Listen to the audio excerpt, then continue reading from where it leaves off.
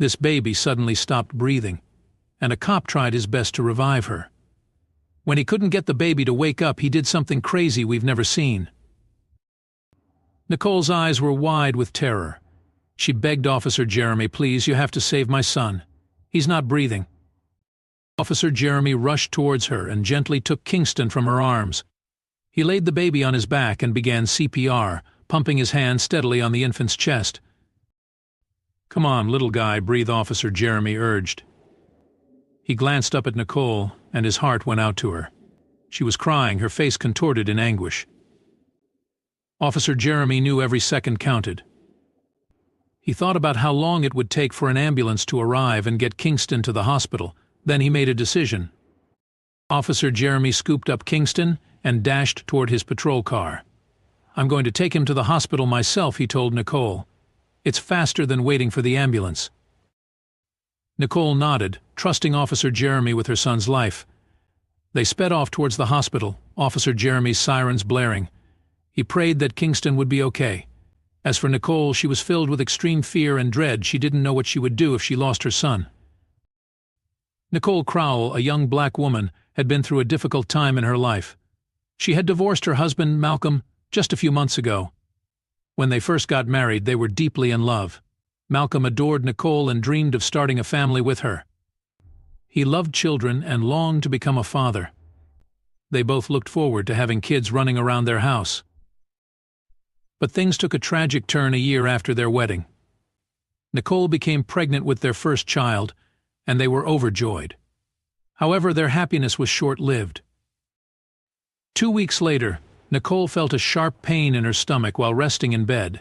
She initially thought it was a normal pregnancy symptom, but the pain worsened, and she became scared. She called Malcolm, and he rushed home to find her screaming in pain, surrounded by blood all over the bed. Malcolm immediately took her to the hospital, but the doctor delivered devastating news: they had lost the baby. Nicole and Malcolm were heartbroken. Nicole couldn't help but wonder what had gone wrong. After the miscarriage, Malcolm ignored Nicole for days. She was alone in her grief, and it felt like a heavy weight was crushing her. She couldn't understand why Malcolm was acting this way, so she approached him. "Malcolm, why are you not talking to me?" Nicole asked, her voice shaking. Malcolm suddenly turned to her, his face red with anger. "You're the reason we lost the baby," he screamed. "You weren't careful enough." Nicole's eyes widened in shock. "How can you say that?" she asked, her voice rising. "It's not my fault. I loved our child just as much as you did." Malcolm's face twisted in rage.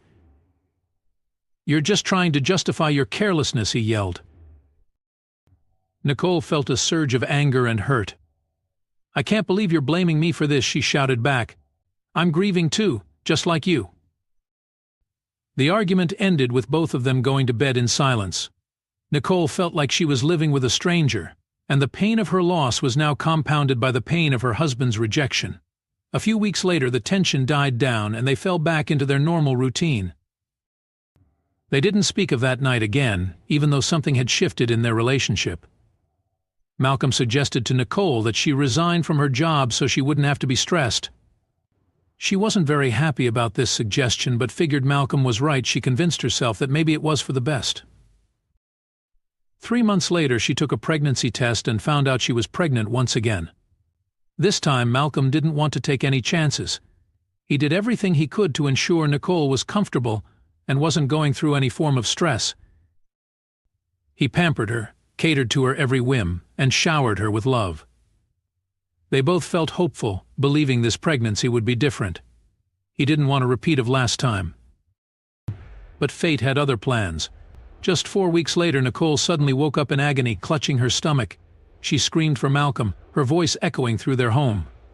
They rushed to the hospital, praying for a miracle, but the doctor's words crushed them. "I'm sorry, you've lost the baby," he said. Nicole felt like a part of her had been ripped away.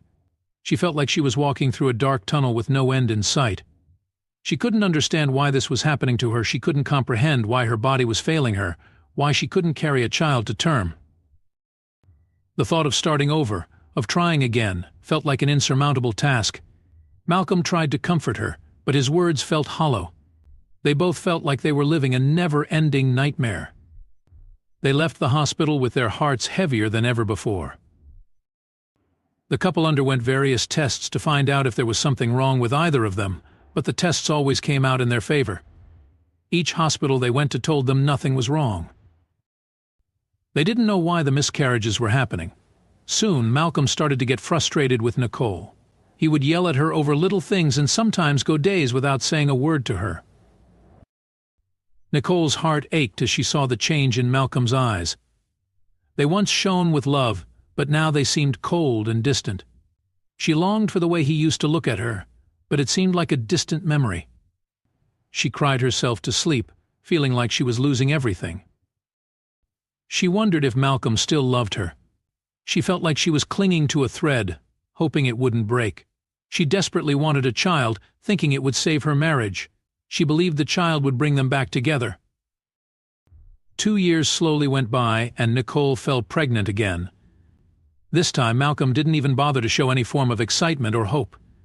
Nicole's heart broke when her husband told her there wasn't any point in putting hope in the third pregnancy. Maybe she was just not destined to have children. That night, Nicole couldn't sleep. She turned restlessly in bed, unable to stop thinking about what Malcolm had said. Silent tears fell from her eyes as she lay there feeling worthless. She held her stomach and silently begged for this child to survive. "If you can hear me, little one, I need you to stay. Please stay for Mommy. I need you to prove Daddy wrong. I know you can do this.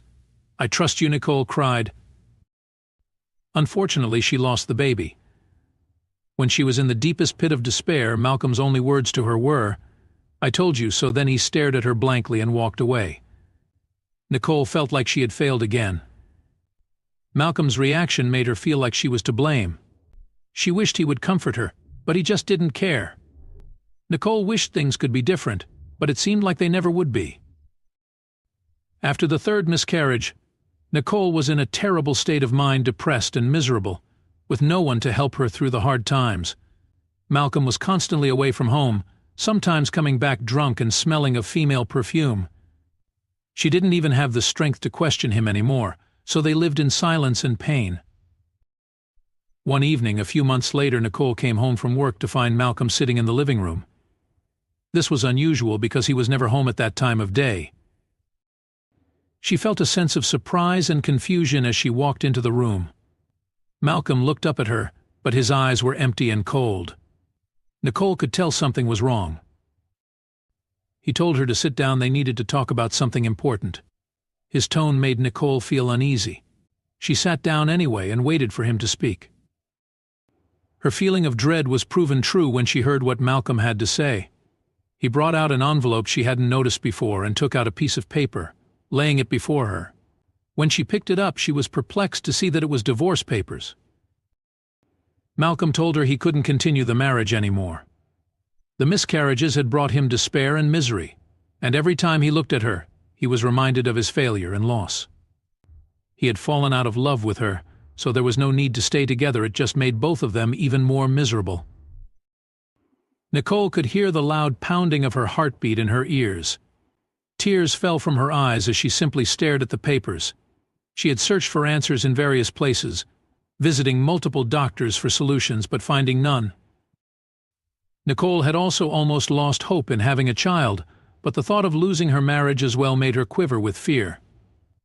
Nicole begged Malcolm to stay, but he refused to listen. His face was cold and hard, devoid of any love or compassion. Suddenly his expression changed from indifference to rage. He slammed his fist on the table and yelled at Nicole. "Why are you begging me? You're useless. You can't even give me a child," he sneered at her. "What's wrong with you? Are you even a woman?" His words cut deep, and Nicole felt a stab of pain. Malcolm's anger boiled over, and he threatened to make her life hell if she didn't sign the divorce papers. His eyes blazed with fury, and his voice was like a knife, cutting her down. Nicole had no choice. She couldn't afford a prolonged divorce case, especially against a powerful man like Malcolm. It would only bring more pain and shame to herself and her family. With trembling hands, she picked up the pen and signed the papers. During the finalization of the Divorce process, Nicole moved out of Malcolm's house and went to live with her sister Lola. Throughout this period she remained in a depressed state, though her sister tried to cheer her up by taking her out and spending time with her. Nicole remained miserable and didn't seem to be getting better. A few weeks later, Nicole noticed that she was experiencing pregnancy symptoms. She didn't believe she was pregnant until her sister encouraged her to take a test, just to be sure. It came out positive Nicole was pregnant again. She felt the pain of losing the past 3 children rushing back when she saw the results of the test. She couldn't handle any more loss in her life. One night she sat on the floor of her room and wept, caressing her stomach. She cried for the children she had lost in the past, her marriage which had come to an end, and the love she had experienced with Malcolm but no longer had. She didn't have any hope left in her. She felt defeated and just accepted that this pregnancy was going to be like the others. But months passed, and Nicole's belly grew bigger. She experienced normal pregnancy symptoms. More so, Lola had finally convinced her to get up and find something for herself. She managed to start up a small business that picked up after a few months. She was able to earn enough to provide for herself and the baby. She couldn't believe that a child was growing in her stomach. At first she was skeptical about telling Malcolm about the baby, but she decided he deserved to know it was his child after all. When she called Malcolm one day to tell him of the pregnancy, his only response was that he didn't want to be involved with her anymore. He had moved on and was planning on getting married to someone else who could provide children for him. He completely blocked her out of his life, leaving Nicole on her own. He even told her that she might even be lying about the pregnancy just so he would come back to her. "That's never going to happen. You disgust me," he barked and ended the call. His response didn't make Nicole sad or angry. She found herself realizing that Malcolm just wanted someone who could produce babies for him. She felt oddly relieved that they were divorced. She understood then that she was happier outside the marriage, and maybe that was why her baby seemed to be faring better too. Nicole went on with her life. She and her sister prepared for the arrival of the baby. Nicole sometimes feared that she would wake up one day and the baby would be gone, but every day passed, and her belly grew bigger, an indication that things would be different this time. And surely it was. Nicole soon reached the 9th month, and one beautiful summer evening her water broke. When the baby was finally born, Nicole was filled with so much joy she thought her heart would burst. She couldn't stop crying and looking at her child's face. It was a boy, and he looked like her. He took her dark skin, brown eyes, as well as her curly hair. She named the baby Kingston, considering him the best thing that had happened to her. Finally having a child of her own, even though she had no husband to share the joy with, she looked at the baby's handsome face and vowed to always protect him. She never left Kingston unattended, ensuring either she or Lola was always with him. 3 months later, Nicole was at home with Kingston on a hot afternoon. Nicole decided to take him for a drive to get some air. She packed his food and clothes in a bag, making sure she didn't forget anything. Kingston kicked and laughed as she placed him in the car seat and securely strapped him in with the belts. Nicole smiled at her little boy's antics. Then she got into the driver's seat and they set off. The day was bright enough, and Nicole thought about taking Kingston to the park since he hadn't been there yet. She decided to head to the park. The cool breeze and Kingston's laughter eased Nicole's tension, momentarily lost in her thoughts. Then she snapped back to reality and noticed Kingston was quiet. She assumed he had fallen asleep, but when she looked back with a smile, she realized immediately that something was wrong. Kingston wasn't breathing. Her eyes widened with panic as she quickly found a place to park by the road. She rushed to Kingston's side and saw his still body, confirming he wasn't breathing. Spotting a police officer across the highway, she yelled and waved frantically to get his attention. When Officer Jeremy spotted the woman trying to get his attention, he noticed the panicked look on her face and immediately went to meet her. That's when Officer Jeremy decided to drive the baby in his own car, as he knew time was of the essence. Once they got into the car, he drove off immediately, crossing the speed limit with the siren blaring. Nicole held Kingston in her arms, trembling with fear, tears helplessly streaming down her cheeks. Seeing Kingston in distress reminded her of the pain of her past miscarriages. She realized she wouldn't be able to live if she lost him. Officer Jeremy drove like a madman to the hospital, and Kingston was rushed into the emergency room as soon as they arrived. A nurse stopped Nicole from following them and instructed her to wait outside. Officer Jeremy held her back, reassuring her to sit down and let the doctors do their work. Both of them sat in the waiting room, anxious and tense. Nicole suddenly remembered she hadn't thanked the officer. She turned to him and expressed her gratitude for his quick thinking, shaking his hands earnestly. "I can't even imagine what would have happened if you hadn't gotten us to the hospital in time," she told him with a shudder. Jeremy comforted her, assuring her that her son would be all right, as the hospital doctors were skilled and prepared. Nicole talked to the kind officer for a while, opening up about her past 3 lost pregnancies and a failed marriage. She expressed how Kingston was her entire world now, and losing him would devastate her. Jeremy couldn't help but feel sadness for the woman who looked so vulnerable next to him. After a tense wait, the doctor finally came out and assured them that Kingston would be fine. He had experienced some suffocation but was now stable. However, they needed to keep him for further tests, but he was out of immediate danger. Nicole and Officer Jeremy breathed a sigh of relief and thanked the doctor. 3 days later, Kingston was finally allowed to go home with his mother. Officer Jeremy offered to drive them home, having visited every day during Kingston's hospital stay to ensure Nicole was coping. Over this time, they had formed a close bond, and Jeremy had grown fond of Kingston. When Kingston turned 1 year old, Jeremy surprised him with a party organized with Lola's help, an event that even Nicole didn't know about. Their friends joined the celebration, making it a joyful day filled with cake, music, and laughter. They sang happy birthday to Kingston, who watched them with curiosity. Officer Jeremy became a father figure to Kingston, visiting regularly and spending time with them. Life moved on for Nicole, and she had finally found closure after the painful chapter with Malcolm. But then, out of the blue, Malcolm contacted her one night, his voice trembling with desperation. He apologized profusely, begging for a second chance to be a part of their family again, to be a husband to Nicole and a father to Kingston. His new relationship had failed, and he realized too late that he had made a grave mistake by leaving Nicole. He pleaded with her, his words dripping with regret and longing. But his pleas fell on deaf ears.